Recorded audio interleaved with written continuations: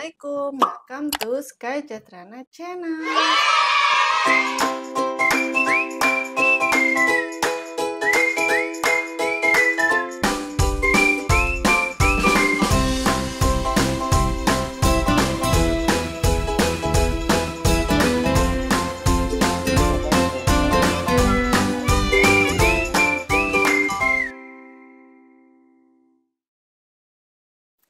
Jadi di video kali ini aku mau share tentang fun fact tentang pekerjaan di New Zealand. Tentunya aku bakal share yang aku tahu aja ya, maksudnya yang sepanjang sepengalaman aku ada di sini dan alhamdulillah aku di sini udah tinggal. Alhamdulillah aku di sini udah tinggal selama 1 tahun. Jadi kayak roller coaster banget ya, maksudnya kayak struggling juga sih di sini. Tapi ya dijalanin alhamdulillah kita masih ada di sini, masih bertahan, kita nggak pulang. Karena kalau buat aku, pengalaman aku tinggal di sini itu kita kayak mulai lagi dari nol. Entah kalau orang lain mungkin ada yang jalannya lebih mudah, tapi buat kita tuh semua kayak start from scratch lagi. Dan aku juga mempelajari tentang orang-orang yang mencari kerja di sini karena ternyata kan rencananya datang ke sini tuh aku tuh kan mau kerja. Nah, tapi aku adalah posisinya adalah seorang yang dulunya ibu rumah tangga selama 9 tahun. Yang notabene waktu di Indonesia aku coba buat cari kerja itu susah banget. Kalau yang pengen sesuai dengan pengalaman aku. Kalau kita cari ke pengalaman yang lain atau entry level belum tentu juga bisa masuk karena belum di Indonesia itu batas umur biasanya yang jadi masalah. Dan di usia aku sekarang akhirnya di sini aku bisa kerja lagi di posisi entry level seperti kalau ada yang lihat di video-video sebelumnya. Dan aku juga mempelajari gimana orang-orang ini fakta atau fun fact tentang pekerjaan-pekerjaan di sini yang mungkin beda dari di Indonesia. Karena aku takutnya juga ternyata di Indonesia sama aja, aku nggak tahu, boleh kalian klarifikasi atau kasih tambahan. Enggak Kak, sama kok di Indonesia juga kayak gini, tapi yang aku dapat di sini itu cukup berbeda dan untuk cari kerja di Indonesia untuk di entry level biasanya dicari oleh orang-orang yang baru pindah ke sini gitu. Jadi kayak di Indonesia dia mungkin sudah pernah kerja kantoran atau apa, tapi belum tentu di sini itu bisa mudah untuk dapat kerjaan yang serupa dan pengalaman yang sama. Terutama masalah yang paling sering dijumpai adalah English speaking atau conversation. English itu nggak bisa dilihat dari, apalagi kalau untuk entry level, untuk kerjaan yang kayak gitu, nggak bisa kita mengandalkan hanya dengan proficiency kayak IELTS, PTE, nggak itu aja. Jadi pas interview itu juga harus nyambung ngobrolnya dan memang kita harus benar-benar paham dengan apa yang diharapkan sama si pencari kerja. Itulah. Itu, apa namanya, intermezzo dulu ya tentang kenapa aku pengen share tentang fun fact, kerja di New Zealand ini karena pasti yang dari Indonesia buat ke sini masih bener-bener ngeblank gitu kan. Bayangannya cuman, "Iya aku mau cari kerja di sana, di New Zealand kerja apa aja aku mau." Nah itu yang sebenarnya udah aku sebutin di video sebelumnya tentang apa, tentang mental pencari kerja di sini yang harusnya kayak gimana. Kalau kerja apa aja aku mau, itu pun tidak serta-merta memudahkan kalian untuk mendapatkan kerja. Jadi kalau tentang kerja di New Zealand ini fun fact-nya, nah aku tuh pertama datang ke sini, jadi ini berdasarkan riwayat pekerjaan dan yang orang-orang yang aku kenal ya. Jadi pertama aku datang ke sini tuh belum dapat kerja sampai 2 bulan dan alhamdulillahnya mungkin di sini kita banyak ketemu orang Indonesia yang kita tuh kayak ya gitulah ya, maksudnya ketemu orang terus silaturahim, terus kenalan, ya ngobrol, terus membicarakan kebutuhan kita. Dan ada orang Indonesia yang bilang kalau kamu masih belum dapat kerja yang kamu inginkan gitu sampai berapa bulan, kamu boleh bilang ke saya karena dia yang punya usaha cleaning itu. Akhirnya juga kita kerja cleaning, jadi suami itu cleaning yang bagian kantor-kantornya. Jadi setiap weekend dan nah ini fun fact pertama, kantor-kantor di sini tidak ada OB khusus untuk cleaning service, untuk yang kita tahu ya. Sebagian besar kebanyakan yang kita tahu kantor-kantor sini nggak ada OB khusus untuk cleaning service. Mereka itu membeli jasa cleaning dari third party dan itu pun tidak dilakukan setiap hari gitu. Jadi nggak ada yang namanya OB sambil cleaning, sambil disuruh beli makan, sambil disuruh pesenin ini, pesenin itu, nggak ada. Jadi mereka bener-bener kayak kerja ya kerja aja, terus mereka menjaga kebersihan masing-masing di kantornya itu, toiletnya dan tempat kerjanya itu selama 1 minggu. Sampai di waktu weekend mereka memanggil jasa pembersih, jasa profesional, yaitu yang usahanya dibuka sama orang Indonesia ini, salah salah satunya orang Indonesia yang buka jasa cleaning ini. Di kita bersihin seluruh kantor, yang kita tahu ya kantornya tuh kayak ada gudang, ada dia kantor apa namanya, kayak marketplace. Jadi itu ada banyak barang-barang, terus banyak storage, dan banyak sekali yang kita kayak bersihin, lantainya, vacuuming, terus ada sisi kantornya, dan kita bersihin seluruh gedung, kantoran itu gitu, seluruh area si pekerja itu. Tapi kebanyakan usaha-usaha yang, seperti, produksi apa, kita nggak sampai ke gudangnya, tapi misalnya ada di office-nya, tergantung mereka request-nya itu di area mana aja gitu. Toilet yang pasti, dan selama aku lihat, pas ngebersihin toilet tuh nggak jorok-jorok banget gitu, kayak, ini kayaknya masih bersih sih, mereka tuh kayaknya selama seminggu itu pun masih menjaga kebersihan sendiri gitu. Jadi, nggak cuman mengandalkan, si professional cleaning, jadi kita bisa deep clean ke hal yang lain. Itu sih fun fact pertama. Yang fun fact kedua itu, eee cleaning rumah. Jadi aku kan suami aku bagian cleaning kantor, tapi aku pernah bantuin sekali, 2 kali gitu pada saat memang, lagi nggak sama owner-nya, aku bantuin suamiku buat bersihin itu kan. Dan akhirnya aku cleaning, rumah selain itu. Aku cleaning rumah dan rumah itu kebanyakan yang order untuk cleaning itu rumah-rumah besar, yang rumah besar banget, ada yang pinggir pantai, pokoknya semacam apa ya, ya pokoknya orang-orang yang, cukup punya ya menurut kalau aku sadarin di Indonesia, rumah sebesar itu pasti selalu ada area belakang yang di situ tuh ada, kamar ART. Tapi kalau di sini nggak ada, rumah yang aku temuin di situ ada, maid yang standby, karena mereka cleaning-nya minta tolong, jasa profesional juga ya seperti kita itu, bisa ada yang 2 minggu sekali, ada yang seminggu sekali, dan selama kita nggak cleaning, mereka juga cukup menjaga kebersihannya, jadi kita bener-bener nggak ngerasain itu bener-bener parah banget gitu kotornya.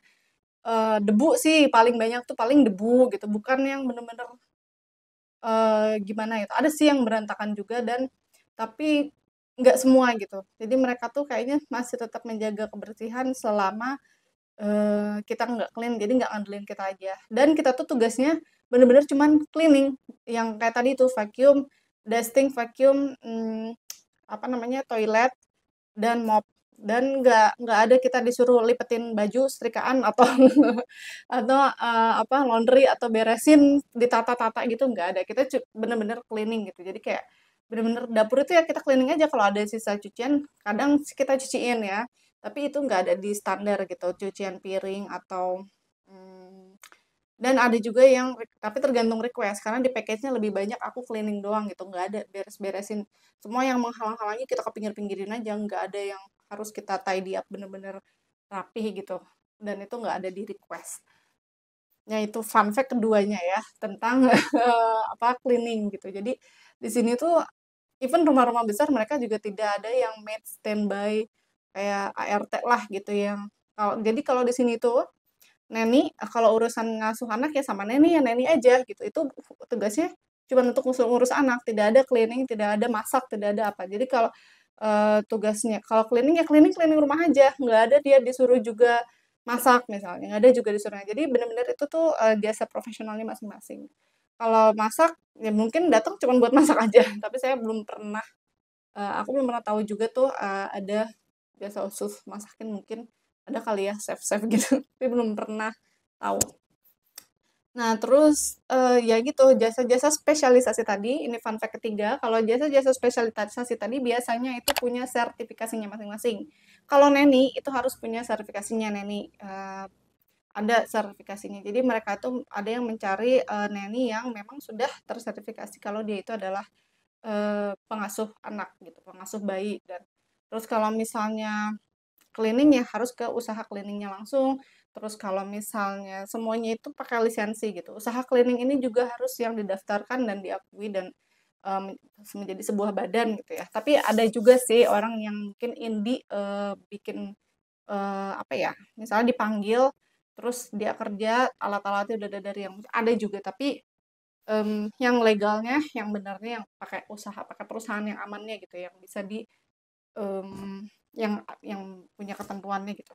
Nah terus ya itu semua pakai lisensi. Jadi nggak ada yang eee, asal aku mau kerja ini habis ini dari orang mana aja gitu, nggak ada yang asal-asalan. Even childcare di sini yang aku lihat di Indonesia mungkin belum tentu orang yang punya childcare adalah orang yang berada di bidang situ dan belum tentu orang yang punya sekolah itu adalah orang yang pengalaman di bidang itu. Ada juga yang mungkin dia tuh business owner atau emang cuman businessman terus bikin businessman atau businesswoman yang bikin usaha. Tapi kalau di sini untuk childcare dan sampai ke guru-gurunya sampai ke pekerja-pekerja semua harus berlisensi ECE atau Early Childhood Education kayak gitu. Jadi untuk terapis juga seperti pijit atau apa itu juga harus yang tersertifikasi untuk terapis fisioterapi atau pijit atau apa gitu. Jadi semuanya punya sertifikasi dari profesi masing-masing dan makanya kenapa disitulah terbentuk yang namanya saling menghargai profesi masing-masing karena kita tahu mereka untuk ada di sini pun sudah tervalidasi gitu untuk bekerja itu sudah ada sudah divalidasi oleh pemerintah kalau dia itu mm, pro atau kompeten di bidangnya gitu dia sudah belajar khusus gitu bukan yang otodidak bukan yang tiba-tiba gitu. Selanjutnya ini tentang ketentuan yang keempat ya kalau nggak salah. Terus tentang ketentuan di public holiday. Kalau di hari libur, misalnya orang hospitality kayak aku kerja di hotel, Sabtu Minggu kerja itu gajinya normal, biasa aja. Karena memang hospitality itu 7 kali 24 jam harus beroperasional. Dan kalau kamu kerja di waktu tengah malam pun atau siang pun, kalau rosternya memang ada di situ, itu gajinya tetap normal. Cuman kalau kita kerja di tanggal merah atau public holiday, itu gaji kita bisa 1,5 kali lipat dari harga normal, dari gaji normal untuk di hari itu. Karena kita digaji per jam kan, jadi mungkin yang tadinya 8 jam kita jadi digaji 8 tambah 4, 12 jam. Nah itu jadi kalau kita kerja di public holiday keuntungannya seperti itu. Nah tapi minusnya, kalau kita di public holiday pengen makan nih ke restoran atau kita ngumpul-ngumpul sama temen, itu harga harga makanan naik 30%. Karena mungkin buat ngegaji apa namanya karyawan-karyawan yang seharusnya libur gitu. Dan tapi pas dia masuk dia harus digaji lebih banyak, makanya kenapa makanan bisa naik sampai 30%. Nah, terus poin yang kelima untuk fun fact kerja di New Zealand itu pekerjaan fisik yang beresiko itu gajinya bisa lebih besar daripada karyawan atau dari manajer atau mungkin yang lebih tinggi lagi di sini. Jadi mereka tuh bisa punya potensi gaji jauh lebih besar daripada orang yang kerjanya nyaman di kantoran gitu. Eh, karena resiko dan skill itu sangat resikonya juga bisa jadi tambahan untuk tunjangan resiko gitu kan.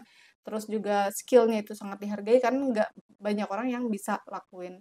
Jadi orang untuk misalnya melakukan forklift misalnya kayak gitu kan harus sertifikasi. Terus misalnya di electricity, di bagian electricity harus yang sertifikasi electricity. Jadi nggak bebas, makanya dia bisa punya gaji yang cukup bersaing daripada orang manajemen. Jadi kalau misalnya mungkin dari Indonesia mau ke sini mau kerja apa, mungkin bisa dipertimbangkan untuk ambil dulu sertifikasi itu supaya apa sih namanya, ya kerjanya itu sesuai bidangnya dan memang gajinya bisa cukup bersaing. Nanti kalau misalnya kalau biasanya kalau kita menaikkan level sertifikasi itu, kita punya tanggung jawab yang lebih besar, makanya kenapa gaji kita bisa lebih besar. Bisa until $50 per jam, itu untuk kalau nggak salah supir truk ya, supir truk dan itu tuh dengan peraturan-peraturan yang lebih ketat gitu. Ini contoh ya, misalnya kalau nyetir kendaraan besar itu maksimal 4 jam. Setelah 4 jam kita harus lapor, kita istirahat berapa lama baru nanti bisa jalan lagi. Jadi itu ada aturan-aturan standarnya seperti itu. Nah, mungkin kalau untuk dicontoh di ECE misalnya Early Childhood Education, untuk yang ambil sertifikasi level 4 itu bisa sampai menjadi reliever kan, terus kayak guru pengganti gitu. Itu dia nggak bisa gantiin popok anak usia, ya nggak bisa gantiin popok anak yang dititipin di situ, karena dia masih eh, levelnya itu masih pengganti yang belum guru tetap gitu. Jadi yang bisa gantiin popok anak di childcare itu cuman guru tetap, karena ada standarnya juga, ada ilmunya juga yang membedakan eh, orang yang ngambil sertifikasi level 4 di ECE dan yang menjadi guru tetap itu biasanya level 7 atau level 6 atau 7 gitu. Jadi memang hmm, apa namanya, setiap sertifikasi itu membedakan tugas-tugasnya dan membedakan gajinya juga. Di sini juga untuk yang aku rasain sendiri di tempat kerja aku, mungkin di tempat lain beda-beda ketentuannya. Jadi yang aku dapat penjelasannya, aku punya hak cuti selama 1 minggu per 3 bulan full. Sebenarnya selama 3 bulan kita bisa ambil cuti seminggu full supaya nggak diganggu tapi tetap dibayar. Jadi cuti itu yang nggak kerja selama 1 minggu tapi tetap dibayar seperti bekerja 5 hari misalnya. Nah, setiap 3 bulan itu kita punya hak itu. Nah, cuman kalau misalnya kayak orang-orang seperti kita yang dari negara lain, uh, biasanya kita pakai hak ini untuk disatuin di 1 tahun. Jadi selama 1 tahun misalnya kita nggak ambil hak cuti kita selama seminggu itu, dan bisa kita pakai untuk mudik. Nah, bisa mudik buat ke Indonesia kan, kalau cuma 2 minggu kan kayak seminggu 2 minggu kayaknya kurang gitu. Jadi udah ongkosnya mahal, pulangnya bentar. Jadi kita bisa pakai hak cuti itu untuk disatuin ya. Kalau bahasa Sundanya dirapelin. Disatuin di satu waktu menjadi 1 bulan yang tetap masih dapat dibayar gitu. Untuk 25 hari kerja ya. Jadi bukan yang 1 bulan. Itu kan ada 5 hari 2 hari libur, 5 hari 2 hari libur. Jadi 5 harinya itu yang kita dapat bayaran. Walaupun kita nggak kerja. Itu haknya bisa diambil setelah kita bekerja lebih dari 6 bulan. Ini kalau nggak salah ya, boleh di komen kalau. Dan itu setiap perusahaan mungkin beda-beda. Ini yang aku jelasin adalah pengalaman aku. Dan kebetulannya, alhamdulillahnya tempat kerjaku itu memang yang cabangnya ada di seluruh dunia. Jadi mungkin lebih peraturannya lebih firm gitu, lebih jelas gitu, bukan yang lokal New Zealand atau Auckland aja. Nanti aku bisa cek sih ya kalau tempat kerja suamiku yang perusahaannya itu lokal Auckland doang. Itu yang mungkin ntar aku cari tahu lagi. Dan ada juga sick leave. Jadi sick leave itu kalau misalnya kita sakit tiba-tiba nih dijadwalin kita harus kerja, tapi tiba-tiba kita nggak bisa, ini kita sakit. Itu kita bakal dianggap sick leave, itu ada jatahnya juga dan kita bisa tetap dibayar di hari itu. Gitu. Aduh, ini udah fun fact keberapa ya? Fun fact ke 6, 7, hitung aja sendiri lah ya. Pokoknya itu yang apa namanya? Fun fact kerja di New Zealand yang aku tahu ya, sepengalaman aku. Kira-kira kamu mau tahu tentang kerja di sini itu yang apalagi sih gitu. Jadi kamu bisa tambahin di komen, nanti aku kumpulin, aku bikin lagi fun fact kerja di New Zealand part 2. Jadi aku bisa tanyain ke teman-teman yang mungkin juga yang aku kenal yang untuk tinggal di sini. Thanks for watching, semoga bermanfaat infonya, dan jangan lupa like, comment, dan subscribe supaya aku lebih semangat lagi bikin videonya, nggak kehalang-halang sama kerjaan. Bye!